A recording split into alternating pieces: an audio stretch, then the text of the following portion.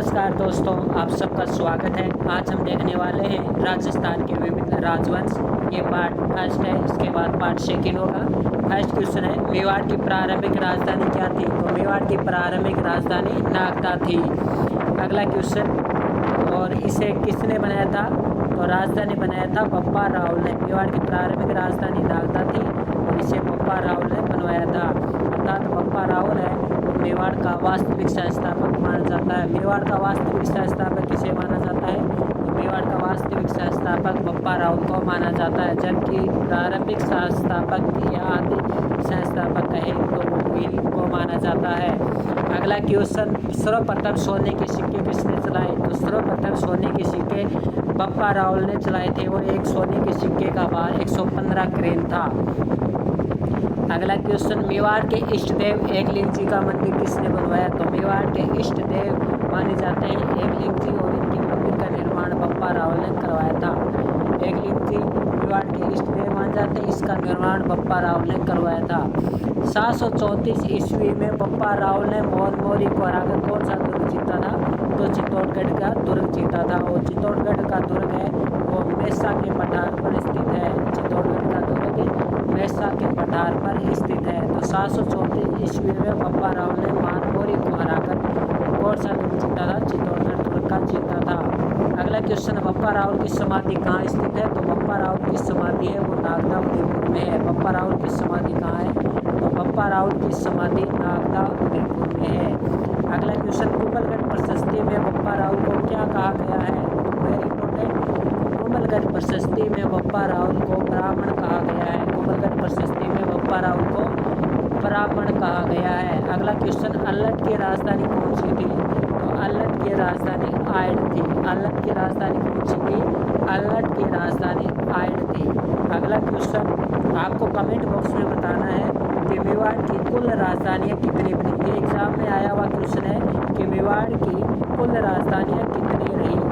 अगला क्वेश्चन, मेवाड़ चित्रशैली की शुरुआत किसने की? तेज सिंह ने। आपको बता दें अल्लट ने अंतर्राष्ट्रीय विवाह किया था हरिया देवी से और नौकरशाही का प्रारंभ अल्लट ने ही किया था। मेवाड़ चित्रशैली की शुरुआत किसने की? तो मेवाड़ चित्रशैली की शुरुआत तेज सिंह के समय हुई थी। मेवाड़ चित्रशैली की शुरुआत तेज सिंह के समय हुई थी।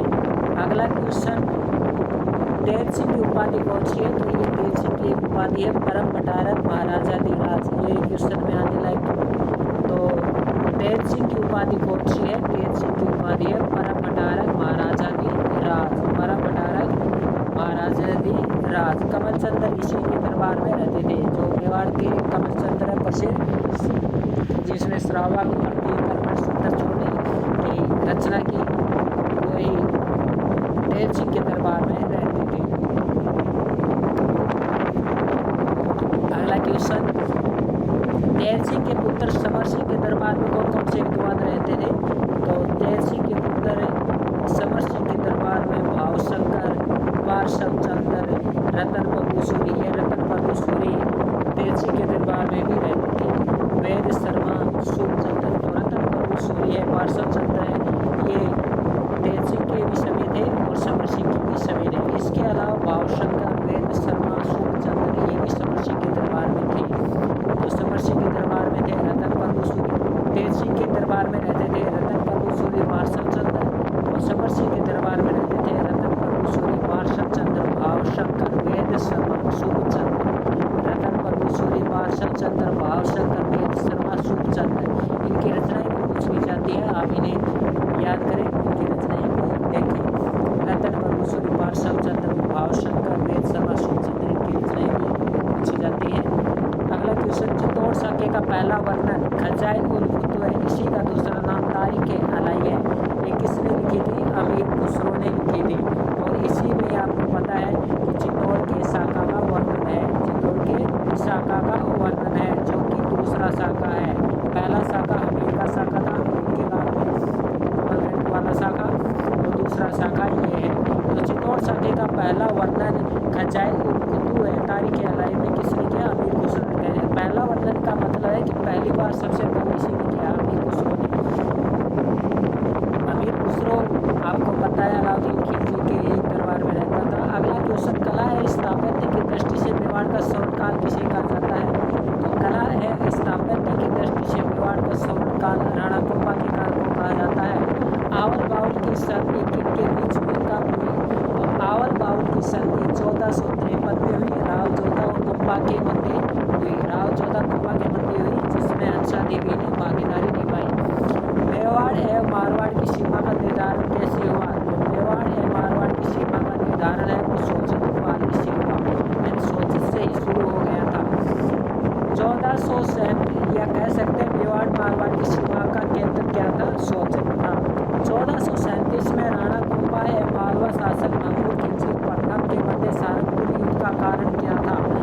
1437 में राणा कुंभा एवं मालवा शासक महमूद खिलजी नष्ट के मध्य सारंगपुर युद्ध के कारण था महमूद खिलजी द्वारा महबा कुंवर को शरण देना, क्योंकि महबा कुंवर है वो कुंभा के पिता मोक्कल का हत्यारा था, इसलिए महबा कुंवर को महमूद खिलजी ने शरण दी। इसलिए राणा कुंभा ने महमूद खिलजी फर्स्ट पर आक्रमण किया। सारंगपुर का युद्ध कब हुआ? तो 1437 में हुआ। अगला क्वेश्चन, राणा कुंभा ने विजय स्तंभ किस युद्ध के विजय के उपलक्ष्य में बनाया? किस युद्ध को जीतने की खुशी में सारंगपुर का युद्ध जीतने की खुशी में विजय स्तंभ बनाया था? राणा कुंभा ने विजय स्तंभ किस युद्ध को जीतने की खुशी में बनाया था? तो सारंगपुर युद्ध जीतने की खुशी में, जो कि 1437 में हुआ था। अगला क्वेश्चन, 1456 में चंपानेर की संधि किन के मध्य हुई? 1456 में चंपानेर की संधि है कुतुबुद्दीन शाह और शेख महमूद खिलजी प्रथम के मध्य हुई। 1456 में चंपानेर की संधि 1456 में चंपानेर की संधि कुतुबुद्दीन शाह व महमूद खिलजी प्रथम के मध्य हुई थी। राणा कुंभा ने बदनौर में किस विजय के उपलक्ष्य में कुशल माता का मंदिर बनवाया? तो चंपानेर के युद्ध की खुशी में, यानी ये जो चंपानेर का संधि हुई थी कुतुबुद्दीन शाह महमूद खिलजी प्रथम के मध्य, इस चंपानेर की युद्ध को जीतने के उपरांत राणा कुंभा ने बदनौर में कुशाल माता का मंदिर बनवाया था। बदनौर में कुशाल माता का मंदिर बनवाया था। अगला क्वेश्चन है, तो इसकी ट्रिक है, देखिए अगर हम चंपी करेंगे तो बदन है वो क्या रहेगा? कुशल रहेगा। चंपी करेंगे तो हमारा बदन है वो कुशल रहेगा, यानी अच्छा रहेगा, कुशल रहेगा। अगला क्वेश्चन है, मारण कुंभा के संगीत गुरु कौन माने जाते हैं? तो मारण कुंभा के संगीत गुरु कान्हा व्यास माने जाते हैं। अगला क्वेश्चन, एकलिंग मातम्य ग्रंथ की रचना किसने की? तो एकलिंग मातम्य ग्रंथ की रचना कान्हा व्यास ने की। इसके प्रथम भाग की रचना है वो कुंभा ने की, जो कि राजवर्धन के नाम से जानी जाती है। तो पूछा जाता है क्वेश्चन कि एकलिंग मातम्य ग्रंथ के कितने भाग थे? एकलिंग मातम्य ग्रंथ के कुल 2 भाग थे। पहले भाग की रचना कुंभा ने की, जो कि राजवर्धन के नाम से जानी गई, और दूसरा भाग एकलिंग मातम्य जो कि कान्हा व्यास ने की, यानी दोनों ने आधा आधा की, और दोनों ऑप्शन एक साथ नहीं आते हैं। अगला क्वेश्चन, कुंभा द्वारा लिखे गए ग्रंथ कौन कौन से? तो कुंभा ने जो ग्रंथ लिखे वो लिखा संगीत राज, शोध प्रबंध, संगीत मीमांसा, संगीत रत्नाकर, कामराज रतिसार। इसके अलावा टीकाएँ भी लिखी हैं, जैसे चंडी शतक पर टीका लिखी है, गीत गोविंद पर टीका लिखी है। तो कुंभा द्वारा लिखे गए ग्रंथ कौन कौन से? संगीत राज, शोध प्रबंध, संगीत मीमांसा, संगीत रत्नाकर, कामराज रतिसार। अगला क्वेश्चन, राणा कुंभा के दरबार में कौन कौन से विद्वान रहते थे? तो राणा कुंभा के दरबार में कान्हा व्यास, अत्रि भट्ट, महेश भट्ट, ऐसे वैसे तो एक प्रकार से शिल्पी है अत्रि भट्ट, महेश भट्ट। इसके अलावा मंडन, सोमदेव, जयचंद्र सूरी, सुंदर सूरी और भुवन कीर्ति, इसमें लिखा नहीं है, लेकिन भुवन कीर्ति भी राणा कुंभा के दरबार में रहते थे। इतने याद रखने, सोमदेव, जयचंद्र सूरी, सुंदर सूरी, जयचंद्र सूरी, सुंदर सूरी, भुवन कीर्ति, तिल्ला भट्ट भी रहते थे। कान्हा व्यास, अत्रि भट्ट, महेश भट्ट, मंडन। सोमदेव वेरी इंपॉर्टेंट, जयचंद्र सूरी, सुंदर सूरी, कुंवर कीर्ति।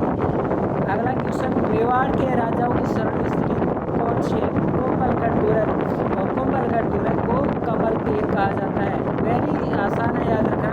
देखिए कुंभलगढ़ में कुम है, कै और मैं आ रहा है, और कमल तीर में भी कै और मैं आ रहा है। कुम कम कम कम कम कम, कोमलगढ़ कमल तीर। तो मेवाड़ के राजाओं की शरण स्त्री कौन सी है? कोमलगढ़ तुरंत है। अगला क्वेश्चन,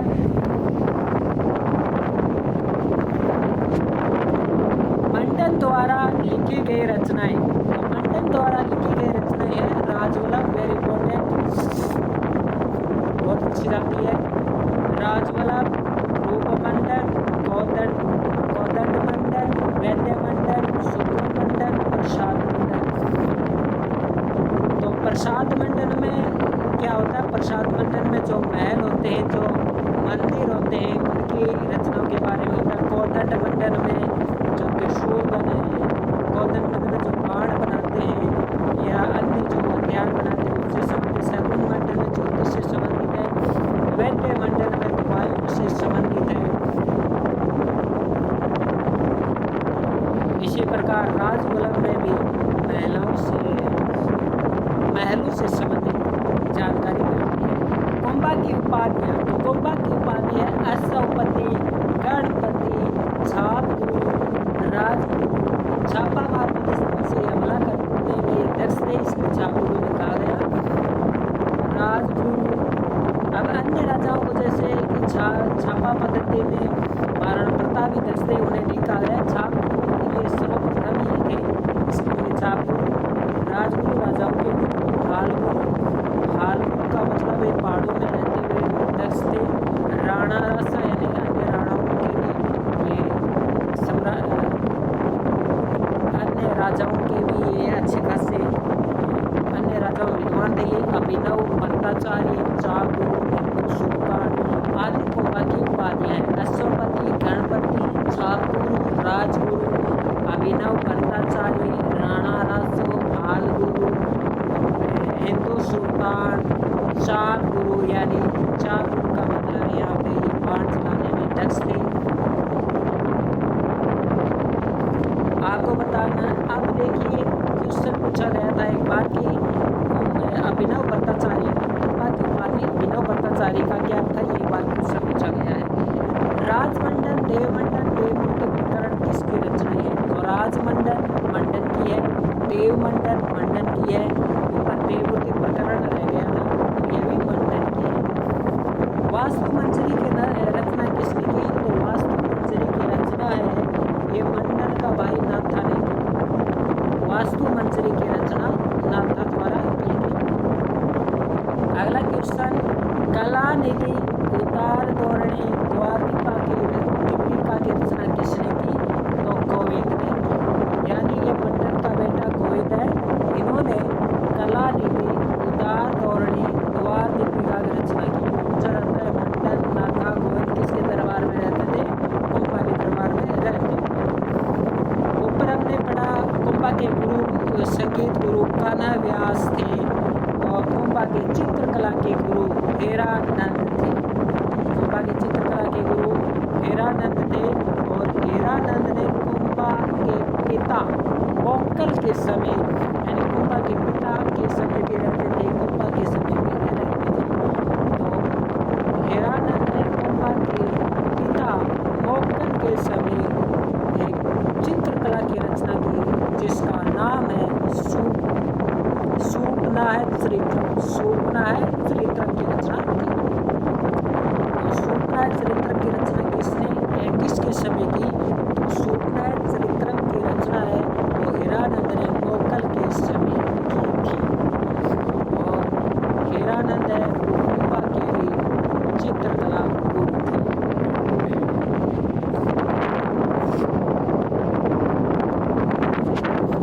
अगला क्वेश्चन है, राणा कुंभा की हत्या किसने की? राणा कुंभा की हत्या उदा ने की। राणा कुंभा की हत्या उदा ने की थी, इसलिए उदा को कितना हत्या कहा गया। अब देखिए राणा कुंभा की हत्या उदा ने की। अब देखिए राणा कुंभा का उत्तर था रायमल। राणा कुंभा का उत्तर था रायमल। आपको पता है जब संधि हुई थी कुंभा और जोधा के मध्य, तब और बाकी संधि हुई थी जब कुंभा और जोधा के मध्य, तब कुंभा का पुत्र रायमल और जोधा की पुत्री का विवाह हुआ था। उसी से ये 3 पुत्र हुए। तो राणा कुंभा का पुत्र था रायमल और रायमल के ये पुत्र हैं जयमल, पृथ्वीराज, सिसोदिया और राणा सांगा। ये पृथ्वीराज सिसोदिया वही है जिसे उड़ना राजकुमार के नाम से जाना जाता है। तो जयमल, पृथ्वीराज सिसोदिया, राणा सांगा, इनमें आपस में बचपन में ही मतभेद हो गई थी किसी बात को लेकर। ज्योतिष के पास ये गए थे, ज्योतिष ने कहा कि सांगा बनेगा शासक, इसलिए तीनों में मतभेद हो गई। जिस वजह से राणा सांगा के बचपन में ही आँख फूट गई। तो क्वेश्चन पूछा जा सकता है राणा सांगा की आँख कब फूटी? आपको 3-4 मतलब दे देंगे बचपन में, या और कोई ऑप्शन दे देंगे, उनका ऑप्शन दे देंगे, पूछा जा सकता है। आजकल कुछ भी दिमाग में रखकर पूछ सकते हैं। राणा सांगा का जन्म कब हुआ था? चित्तौड़गढ़ दुर्ग में हुआ था। कब हुआ था? अप्रैल 1482 में। रेट में क्वेश्चन पूछा गया था कि राणा सांगा की मृत्यु कब हुई थी? 30 जनवरी 1528 में ये डेट पूछ ली गई थी। यानी प्रमुख शासक है, उनका जन्म कब हुआ, उनकी मृत्यु कब हुई, ये पूछ लिया जाता है। आपको 4 शासक याद रखने हैं कि उनका जन्म और मृत्यु कब हुआ। पहला शासक आपको याद रखना है कुंभा, दूसरा शासक याद रखना है आपको सांगा, तीसरा शासक आपको याद रखना है महाराणा प्रताप। तो ये शासक है, आपको याद रखने हैं इनका जन्म कब हुआ, इनकी मृत्यु कब हुई। सब राणा सांगा का जन्म चित्तौड़गढ़ में अप्रैल 1482 में हुआ और मृत्यु 30 जनवरी 1528 में हुई। तो पूछा जा सकता है कितने साल तक जीत रहे हैं। सांगा की मृत्यु काल में भी हुई। बसवादोसा में इन्हें जहर दिया गया। सांगा के पुत्र, अब देखिए सांगा के पुत्र कौन कौन है। तो आपको पहले बता दूं जयमल, पृथ्वीराज और राणा सांगा के बारे में। तो जयमल है ये सिरोही के शासकों से, शासक से सिरोही में ही लड़ते हुए मारे गए। पृथ्वीराज सिसोदिया है, इनकी हत्या किसने की आपको पता है? कुंभी शासक कौन था? चेक लीजिएगा, कुंभी शासक। आगे देखते हैं सांगा के पुत्र। सांगा के पुत्र है उदय सिंह, भोजराज, रतन सिंह द्वितीय, विक्रमादित्य। अब मैं बताऊंगा कि सांगा के यहाँ से कौन कौन से क्वेश्चन बन चुके हैं। पहला क्वेश्चन, राणा सांगा को सैनिकों का भग्नावशेष, ये क्वेश्चन आ चुका है कि राणा सांगा को सैनिकों का भग्नावशेष किसने कहा? Colonel James Tod. गागरोन युद्ध के पश्चात मेदिनी राय को राणा सांगा ने कौन सी जागीर प्रदान की? वेरी इंपॉर्टेंट क्वेश्चन है कि गागरोन युद्ध के पश्चात मेदिनी राय को राणा सांगा ने कौन सी जागीर प्रदान की? गागरोन की जागीर। ये इंपॉर्टेंट क्वेश्चन एग्जाम में आया क्वेश्चन है कि गागरोन युद्ध के पश्चात मेदिनी राय को सांगा ने कौन सी जागीर प्रदान की? गागरोन की जागीर। खानवा के युद्ध में किन किन शासकों ने राणा सांगा का साथ दिया? तो देखते हैं आमेर का पृथ्वीराज कछवा। इन्हीं के समय आमेर है वो 12 भागों में बट गया था और 12 कोटड़ी के नाम से आमेर को किस शासक के समय जाना गया? पृथ्वीराज कछवा के समय जाना गया। ये क्वेश्चन आया हुआ है। इसके अलावा मारवाड़ का मालदेव, जिसे गागा ने भेजा था 4000 सेना लेकर, और ये मारवाड़ का पितर कहा जाता है क्योंकि मालदेव ने अपने पिता गागा की हत्या की थी। इसके अलावा मेड़ता का वीरमदेव, मेड़ता का वीरमदेव भी इंपॉर्टेंट है क्योंकि मेड़ता का वीरमदेव पर मालदेव ने हमला है। मेड़ता का वीरमदेव और मालदेव ने मिलकर उदय सिंह पर हमला भी किया था।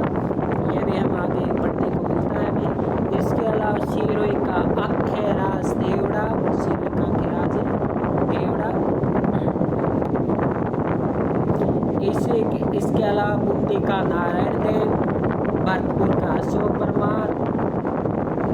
प्रशासन की जागीर प्रदान की थी संघा ने सुपरमल को। बीकानेर का कल्याण मल, आपको अच्छे से पता होगा बीकानेर का कल्याण मल, चंदेरी का मेदनी राय, बागड़ का उदय सिंह, बागड़ का उदय सिंह, सलूपर का रावत रतन सिंह, सलूपर का रावत रतन सिंह, महमूद लोधी, हसन खां। तो महमूद लोधी ने और हसन खां, शादरी का झाला अज्जा और गोगुंदा का झाला सच। वैसे लोधी शासकों में सिर्फ महमूद लोधी ही सिर्फ थे जिन्होंने साथ दिया। झालड़ी का झाला अज्जा और गोगुंदा झाला सज्जा, दोनों अलग अलग है। ये सादड़ी का झाला अज्जा है, ये गोगुंदा का झाला सज्जा है। अब आपको ये बताना है कि जब सांगा घायल हुए थे तब सांगा का छत्र किसने धारण किया था। जब सांगा घायल हुए थे सांगा का छत्र किसने धारण किया था, ये आपको बताना है। और दूसरा ये आपको पता करना है, ये बताना है कि सांगा को युद्ध से बाहर सुरक्षित किसने निकाला, मालदेव। मैं बता दें मालदेव ने निकाला था। इसके अलावा एक और था, वो भी आपको बताना है, पता करना है। कोम्बा के विजयों एवं विरोधों की जानकारी कहाँ से मिलती है। तो कोम्बा की विजय और विरोधों की जानकारी है वो हमें रणकपुर प्रशस्ति से मिलती है। कोम्बा की विजय एवं विरोधों की जानकारी रणकपुर प्रशस्ति से मिलती है। इस रणकपुर प्रशस्ति के शिल्पी थे नेपाल। रणकपुर प्रशस्ति के शिल्पी कौन थे, नेपाल। कोमलगढ़ प्रशस्ति की रचना किसने की, कोमलगढ़ प्रशस्ति की रचना महेश ने की, जबकि इसके शिल्पी मंडन है। कोमलगढ़ प्रशस्ति के शिल्पी मंडन है और रचना महेश ने की थी। याद रखिए, कंफ्यूज मत होना कि कोमलगढ़ प्रशस्ति की रचना तो की थी महेश ने और कोमलगढ़ प्रशस्ति के शिल्पी है मंडन। हल्दी घाटी युद्ध के बाद अगला question very important, second grade में आया हुआ क्वेश्चन है ये, वेरी इंपॉर्टेंट क्वेश्चन कि हल्दी घाटी युद्ध के बाद महाराणा प्रताप ने वनवासी जीवन जीते हुए किस स्थान को अपना प्रमुख केंद्र बनाया। हल्दी घाटी युद्ध के बाद महाराणा प्रताप ने वनवासी जीवन जीते हुए किस स्थान को अपना प्रमुख केंद्र बनाया, यानी कोल्यारी। और कोल्यारी की पहाड़ियों में ये रहा करते थे। तो हल्दी घाटी युद्ध के बाद ये कोल्यारी की पहाड़ियों में रहने लगे। ये क्वेश्चन आया हुआ है, सेकंड ग्रेड का ये क्वेश्चन आया हुआ है कि हल्दी घाटी युद्ध के बाद महाराणा प्रताप ने वनवासी जीवन जीते हुए किस स्थान को अपना प्रमुख केंद्र बनाया, कोल्यारी। याद रखना इंपॉर्टेंट है। अगला क्वेश्चन, नेपाल में गोयल वंश की स्थापना किसने की थी। तो नेपाल में गोयल वंश की स्थापना रतन सिंह के भाई कुंभकर्ण ने की थी। हाँ जी, ये कुंभकर्ण वही हैं जिसने रतन सिंह पर अलाउद्दीन खिलजी ने आक्रमण किया था। पद्मिनी का ये देवर है कुंभकर्ण। तो नेपाल में गोयल वंश की स्थापना कुंभकर्ण ने की। कुंभकर्ण रतन सिंह ने तो नहीं रहा, लेकिन कुंभकर्ण वहाँ से जाकर नेपाल में गोयल वंश की स्थापना कर दी। पन्ना ने उदय सिंह को बनवीर से बचाकर किस सूरत में पहुंचाया। तो पन्ना ने उदय सिंह को बनवीर से बचाकर किस दुर्ग में पहुंचाया। तो कोमलगढ़ दुर्ग में। और सेकंड ग्रेड में क्वेश्चन आया था कि पन्ना ने उदय सिंह को बनवीर से बचाकर जब कोमलगढ़ दुर्ग में पहुंचाया तो कोमलगढ़ दुर्ग का किलेदार कौन था। तो आशा देवपुरा। तो ये क्वेश्चन आया हुआ है कि पन्ना ने उदय सिंह को बनवीर से बचाकर जब कोमलगढ़ दुर्ग में पहुंचाया, सेकंड ग्रेड का ये क्वेश्चन है, पहुंचाया तब कोमलगढ़ दुर्ग का किलेदार कौन था। तो आशा देवपुरा। अगला क्वेश्चन हमें देव की विषम घाटी प्रचालन की संख्या किसमें मिलती है, कीर्ति स्तंभ में। ये आरबीसी की बुक में दिया हुआ है, ये आरबीएससी की बुक में दिया हुआ है, क्वेश्चन आया हुआ नहीं है, आरबीएससी की बुक में दिया हुआ है। जो इससे पहले एनसीईआरटी से पहले आरबीएससी की बुक थी, उसमें था कि अमीर देव की विषम घाटी प्रचालन की संख्या किसमें दी हुई है, कीर्ति स्तंभ में। वहीं पे हम देखने को मिलता है, देखे जाए तो कोमलगढ़ प्रशस्ति में, लेकिन आरबीएससी में दे रखा है कीर्ति स्तंभ। अगला क्वेश्चन, महाराणा उदय सिंह किसकी सहायता से मेवाड़ का शासक बना मालदेव की सहायता से। लेकिन बाद में इन दोनों में मतभेद हो गया था, मनमुटाव हो गया था, जिसकी वजह से मालदेव और उदय सिंह के बीच में दरार है। बात यह है कि एक शासक था जय सिंह, जो कि मेवाड़ से संबंधित था, यानी उदय सिंह का एक प्रकार से दोस्त था। उदय सिंह ने उसकी मदद की थी जय सिंह की। तो जय सिंह ने अपनी बड़ी बेटी का विवाह मालदेव से कर दिया। लेकिन एक दिन मालदेव यहाँ अपने ससुर के यहाँ गया हुआ था, तो उससे मालदेव को उसकी छोटी बेटी भी पसंद आ गई। जय सिंह ने कहा कि नहीं, ये छोटी बेटी मैं तुमको नहीं दे सकता, बड़ी वाली दे दी वही बहुत है, ये छोटी वाली है, मैं उदय सिंह को। फिर उदय सिंह की उससे शादी कर दी। इससे मालदेव उदय सिंह से नाराज हो गया, दोनों में मनमुटाव हो गया। तो महाराणा उदय सिंह किसकी सहायता से मेवाड़ का शासक बना? मालदेव उदय सिंह दोनों ने मिलकर बलबीर को खोया और उदय सिंह को शासक बनाया। मेवाड़ की शासक के समय रावल शाखा और राणा शाखा में विभाजित हो गया। तो मेवाड़ है वो रणमल के समय विभाजित हो गया था, रणमल के समय। तो मेवाड़ की शासक के समय रावल शाखा और राणा शाखा में विभाजित हो गया। रणमल के समय मेवाड़ की राणा शाखा सिसोदिया शाखा का संस्थापक कौन था? राव था। सिद्धेश्वर मंदिर का जीर्णोद्धार किसने करवाया? तो सिद्धेश्वर मंदिर का जीर्णोद्धार मोकल ने करवाया, जो कि भोज ने बनवाया था, है ना। जो प्रतिहार शासक भोज ने सिद्धेश्वर मंदिर का निर्माण करवाया था, उसी सिद्धेश्वर मंदिर को मोकल ने जीर्णोद्धार करवाया। महाराणा कुंभा ने एक लीन महात्म्य का प्रथम भाग लिया, जिसका नाम है राजभवन, ये हम देख चुके हैं। अगला क्वेश्चन, महाराणा कुंभा की उपाधियां किसमें मिलती है? तो महाराणा कुंभा की उपाधियां कीर्ति स्तंभ में मिलती है। महाराणा कुंभा की उपाधियां कीर्ति स्तंभ मिलती है। विजय विरुद्धों की जानकारी हमें रणकुंभ प्रशस्ति में मिलती है। वहीं पे महाराणा कुंभा की उपाधियां पूछी जाए तो उपाधियां है वो कीर्ति स्तंभ पर लिखी हुई है। महाराणा कुंभा की उपाधियां कीर्ति स्तंभ पर लिखी हुई है। इंपोर्टेंट क्वेश्चन है। कुंभलगढ़ दुर्ग का निर्माण किसके निर्देशन में हुआ? सिंपल सी बात है, मंडन के निर्देशन में हुआ।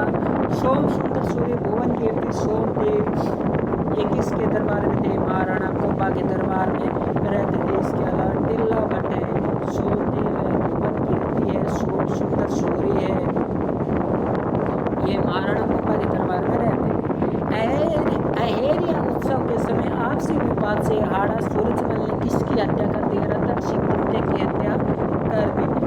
तो एक बार ये सेकंड ग्रेड में क्या क्वेश्चन पूछा गया था कि अहेरिया उत्सव के समय किस शासक की हत्या हुई थी?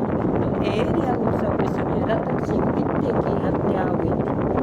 अहेरिया उत्सव के समय रतन सिंह द्वितीय की हत्या हुई थी। ये सेकंड ग्रेड का आया हुआ क्वेश्चन है कि अहेरिया उत्सव से आपसी विवाद से हाड़ा सूरजमल से आप समझ गए होंगे बूंदी का है, और ये कर्मावती का भाई है। कर्मावती ने ही अपने भाई सूरजमल को बुलाया था रतन सिंह को। कर्मावती का ये असली बेटा नहीं है, रतन सिंह द्वितीय कर्मा बेटे का असली बेटा नहीं है, याद रखिए। कर्मावती का बेटा है, जैसे कर्मावती का बेटा हो गया गुजरात हो गया, जयसिंह हो गया, इसके अलावा। तो अगला है कौशुंडी बावड़ी का निर्माण तो श्रृंगार देवी ने। कौशुंडी बावड़ी का निर्माण किसने करवाया? तो कौशुंडी बावड़ी का निर्माण है श्रृंगार देवी ने करवाया। श्रृंगार कौशुंडा बावड़ी का निर्माण श्रृंगार देवी ने करवाया। कैसे याद रखिए कि घास से सूंड पर श्रृंगार किया, घास से सूंड पर श्रृंगार किया। मालवा के राजा मुंज परमार ने किस शासक समय मेवाड़ पर अधिकार कर लिया था? सामंत सिंह के समय। सामंत सिंह के समय पर हमने पढ़ा था। मालवा के राजा मुंज परमार ने किस शासक समय मेवाड़ पर अधिकार कर लिया? सामंत सिंह के समय। और के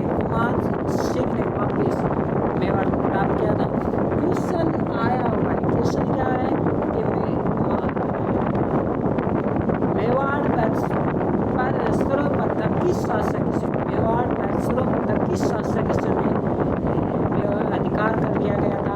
तो सामंत सिंह के समय, सर्वप्रथम सामंत सिंह के समय ही ये मेवाड़ पर अधिकार हुआ था। आपको बता दें सर्वप्रथम सामंत सिंह के समय ही मेवाड़ पर अधिकार किया गया था। इससे पहले किसी भी शासक ने मेवाड़ पर अधिकार नहीं किया था।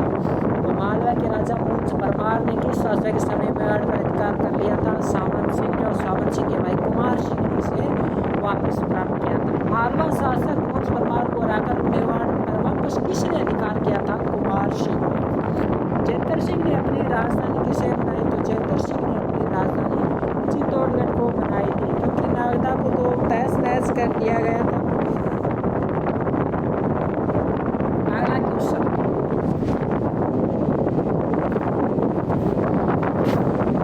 किस मेवाड़ सुल्तान ने दिल्ली के सुल्तान बलबन को पराजित किया था? तो तैयब सिंह ने। आपको जानते हैं तैयब सिंह श्रावण पाटलिकर्मण सूतर चूर्णी कमलचंद्र इसके दरबार में रहते थे।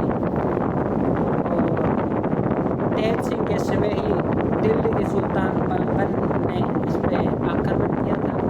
इसके बाद तैयब सिंह के बाद बलबन ने किसी शासक पर आक्रमण नहीं किया। तो किस मेवाड़ सुल्तान ने दिल्ली के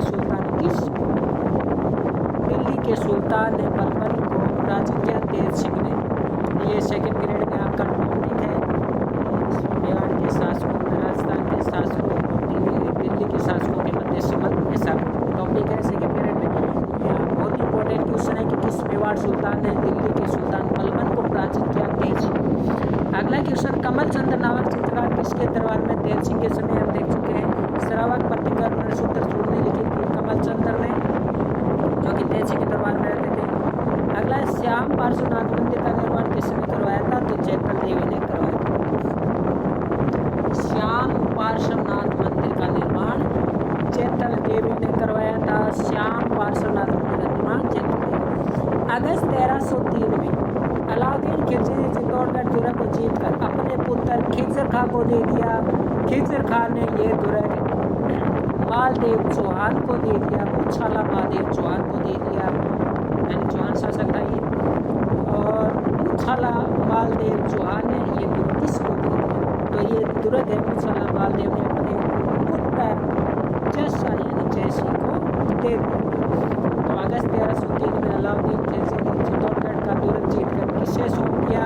अपने पुत्र खिज्र खां को सौंप दिया था। ये क्वेश्चन आया हुआ है कि किसे सौंपा था? खिज्र खां।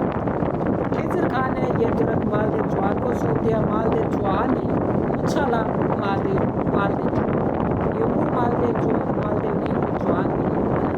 तो मालदेव चौहान की बात हो रही है, और मालदेव चौहान ने ये अपना पुत्र जैसा, जिसका नाम जयसिंह है, मेवाड़ के किस शासक ने चित्तौड़ दुर्ग छीन लिया?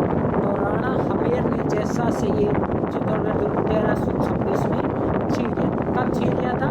1326 में ये दुर्ग वापस छीन लिया था। अब मैं आपको बताऊंगा क्वेश्चन क्या आया था।